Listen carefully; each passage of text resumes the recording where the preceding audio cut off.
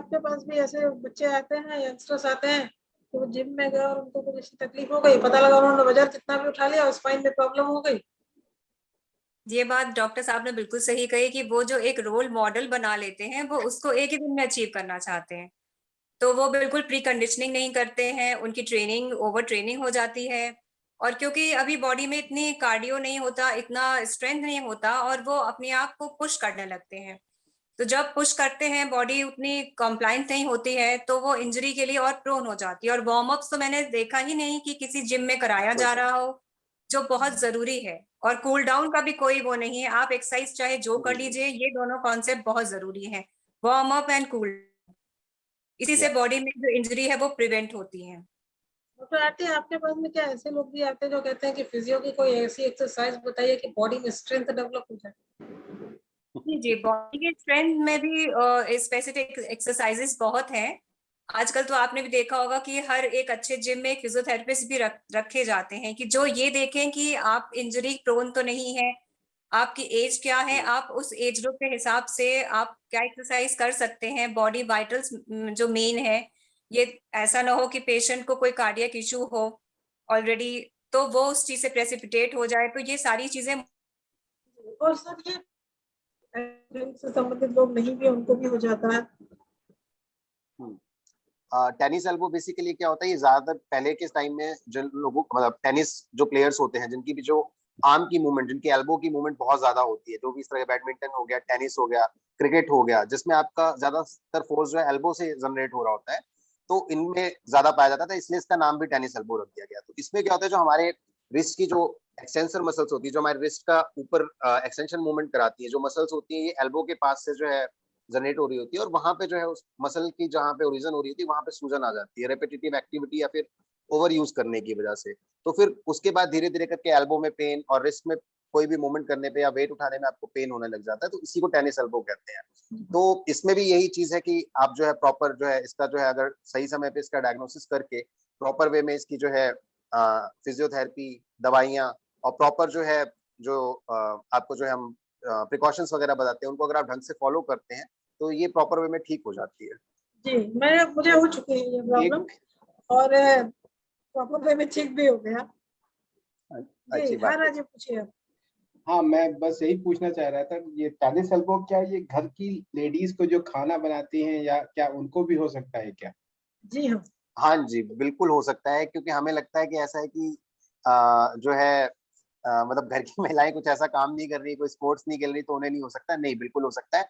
जो हम day to day activities में भी हम रिस्ट की कोई भी मूवमेंट करते हैं, जैसे सपोज करिए हम आटा ही गूंथते हैं या फिर रोटी वगैरह बनाते हैं, तो उसमें भी हमारे रिस्ट की और इन जो मसल्स हैं यहाँ की, उनका बहुत उपयोग होता है। पानी की बाल्टी उठाते हैं, इन सब चीजों में भी सारा जोर यहीं पे आ रहा होता है। तो अगर यही काम जो कुकर। आपका एक्सेसिव होने लगता है, तो उसकी वजह से आपको ये दिक्कत आ सकती है। और महिलाओं में, खासतौर पे वो महिलाएं जिनमें थायराइड वगैरह की प्रॉब्लम होती है, उसमें टेनिस एल्बो काफी ज्यादा पाया जाता है। इसके अलावा टेनिस एल्बो की दिक्कत जो है एकदम, जो इमीडिएटली जिनका अभी मतलब जो अभी अभी जिन मदर बनी है, उन लोगों में जैसे एकदम से क्या होता है कि जैसे ही बच्चा आता है, बच्चे को उस पोजीशन में होल्ड करना है ब्रेस्ट फीडिंग कराने के लिए, या फिर बच्चे को गोद में उठाना है, तो उस टाइम पे भी खासतौर पे जो स्टार्टिंग है पोस्ट मतलब अगर हम बात करें डिलीवरी के बाद 6-7 महीनों में काफी कॉमन है, और काफी सारी फीमेल्स में ये चीज हो जाती है just because of over use. Doctor साहब, एक चीज और है जो कि हमारे घर की महिलाओं में बहुत कॉमन है कि जैसे फॉर एग्जाम्पल आटा सानते रहो तो आपकी उंगलियों में अर्थराइटिस नहीं होगी, कपड़े धोते रहो तो इस तरह की समस्या नहीं होगी। बहुत सारे लोग इस तरह के काम करते रहते हैं और कई बार मुझे लगता है शायद वो ओवर एक्सर्ट कर रहे हैं, या आप बैठ के कपड़े धो रहे हैं इसलिए कि आपके हाथ पैर चलते रहे, आप बहुत अच्छा कर सकते हैं, और आप ये भूल गए कि इससे आपकी स्पाइन पे कैसा जोर पड़ रहा है। क्या इस तरह की तस्वीर भी है ऑर्थोपेडिक्स में? देखिए, अगर हम बात करें तो दोनों ही चीजें हैं। आपको जो है अपने जोड़ों का मूवमेंट, जोड़ों की जो मसल्स हैं, अराउंड जो मसल्स हैं, उनकी एक्सरसाइज कंटिन्यूअसली करते रहनी चाहिए प्रॉपर। तो जैसे अब अगर आप आटा गूंद रहे हैं, तो आपके रिस्ट की मूवमेंट, आपकी कलाइयों की मूवमेंट, आपकी फिंगर्स की मूवमेंट, ये प्रॉपर हो रही होती है। तो अगर आप ये कर रहे हैं, मतलब ऐसा नहीं है कि आप ये आज से ही बंद करना शुरू कर दें, इसकी वजह से आर्थराइटिस हो रही है, नहीं। आर्थराइटिस किसी और कारण से हो रही है। हाँ, अगर आपको एक बार आर्थराइटिस हो गई है, ये समस्या आ गई है, तो जरूर हम इन चीजों का परहेज करने के लिए बोलते हैं कि आप जैसे अब आपको टेनिस एल्बो की समस्या आई होगी, तो आपको कपड़े वगैरह निचोड़ने के लिए मना किया गया होगा, क्योंकि अब आपको समस्या है। पर हाँ जी, पर लेकिन अगर आप नॉर्मल की बात करें तो जो है कोई भी चीज अगर जो नॉर्मल अगर आप रूटीन में कर रहे हैं एक लेवल तक, एक लिमिट तक, वो आपकी बॉडी की मतलब एक्सरसाइज ही करा रही है, बॉडी को इंप्रूव ही कर रही है। कोई भी चीज जब एक्सेस हो जाती है, रेपिटेटिवली बहुत ज्यादा हो जाती है, तब आपको उसको स्टॉप करना पड़ता है। तब जो है, और एक्चुअली क्या होता है कि हमेशा एक ग्रुप ऑफ मसल्स ज्यादा काम कर रही होती है और अदर ग्रुप ऑफ मसल्स बिल्कुल काम नहीं कर रही होती है, मतलब उसका आप यूज नहीं ले रहे होते हो। तो हमें क्या करना होता है, इन चीजों का ट्रीटमेंट करने के लिए हमको यही चीज फाइंड आउट करना है कि आप जो चीजें ओवर यूज कर रहे हो उनको हम थोड़ा सा रेस्ट दें कि वो अपने आप को रिकवर कर पाए, और जो मसल्स हैं जो इसको सपोर्ट करती हैं उन मसल्स की एक्टिविटी को हम एक्सरसाइज वगैरह के माध्यम से इम्प्रूव करें, जिससे कि वो एज अ ग्रुप काम करना शुरू करें, और जो है जो जो भी आपको दिक्कत है उसमें मतलब जो है सोल्यूशन मतलब ठीक हो सके वो।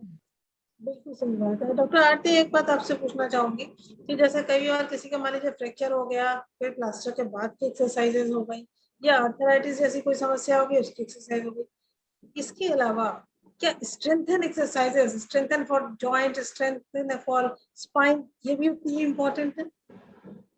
जी देखिए, कोई भी जॉइंट जो है वो मसल्स ही उसको कंट्रोल करती हैं, और जो मसल्स हैं, जो मस्कुलर पावर है, वो आपके जॉइंट अलाइनमेंट के लिए इम्पोर्टेंट होता है।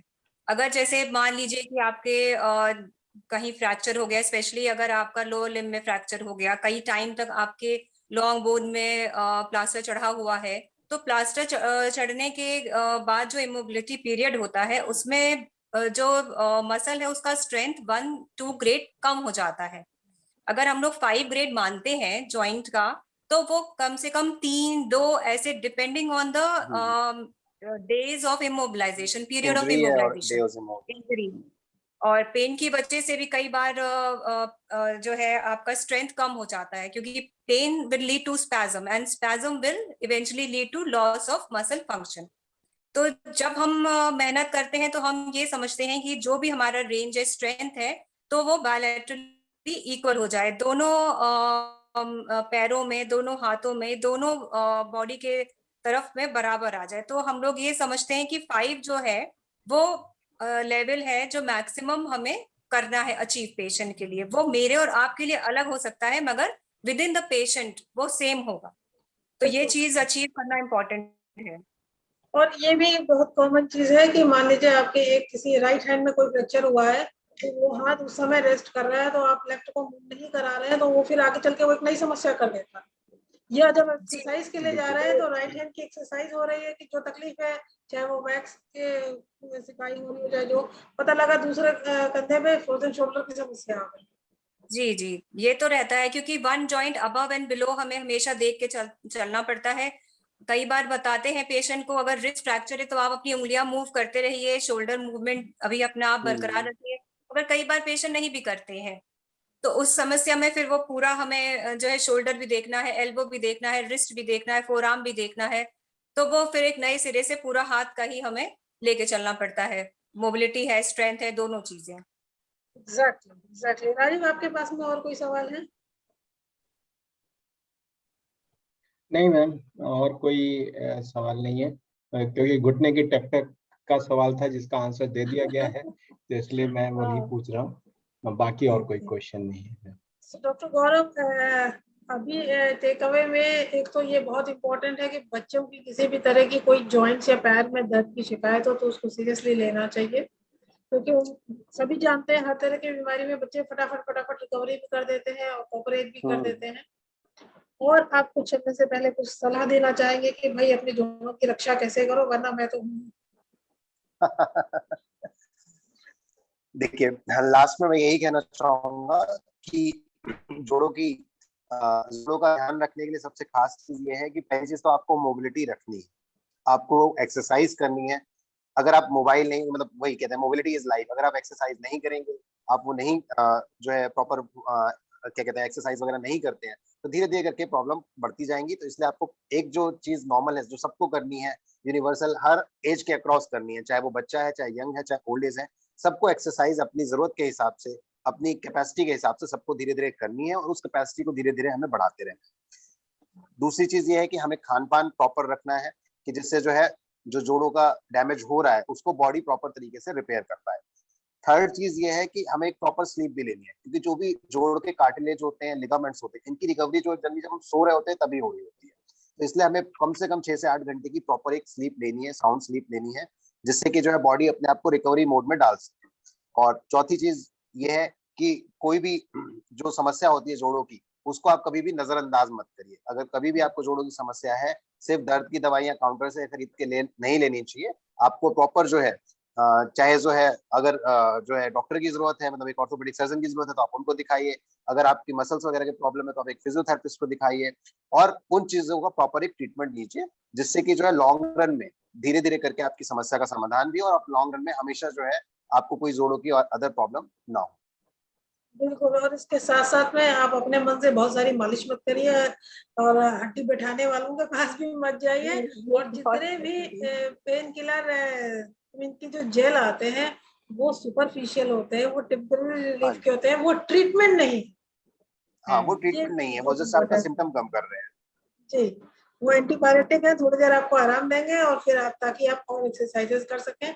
और डॉक्टर आरती, जैसे कि ये इम्पोर्टेंट है physiotherapy, yes, no gain without pain, तो वो लेना ही पड़ेगा।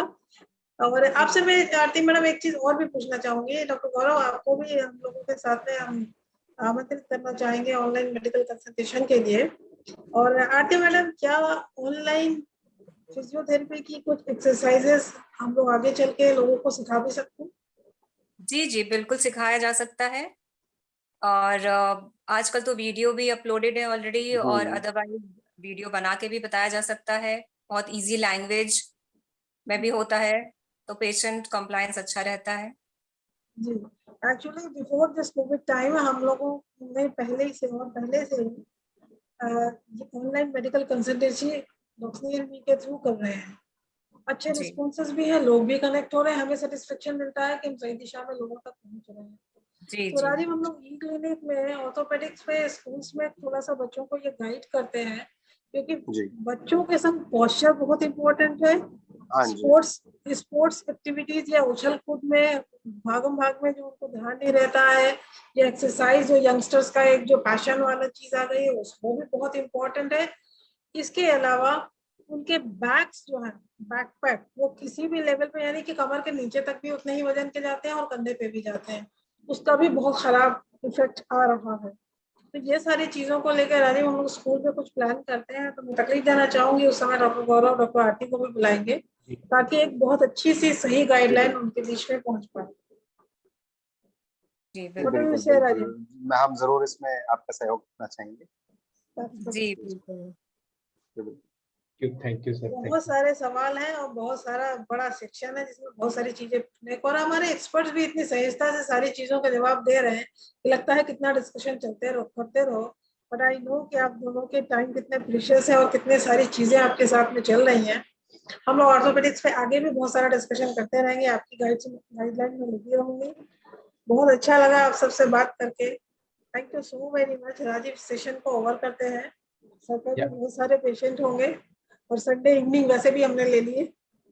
बहुत अच्छा लगा आप लोगों से मुलाकात करके, बात करके। Thank you so very much doctor Gaurav. मुझे भी बहुत अच्छा लगा, बहुत बहुत धन्यवाद हमें भी बहुत अच्छा लगा आज, जो है इस प्लेटफॉर्म से मुझे जोड़ने के लिए।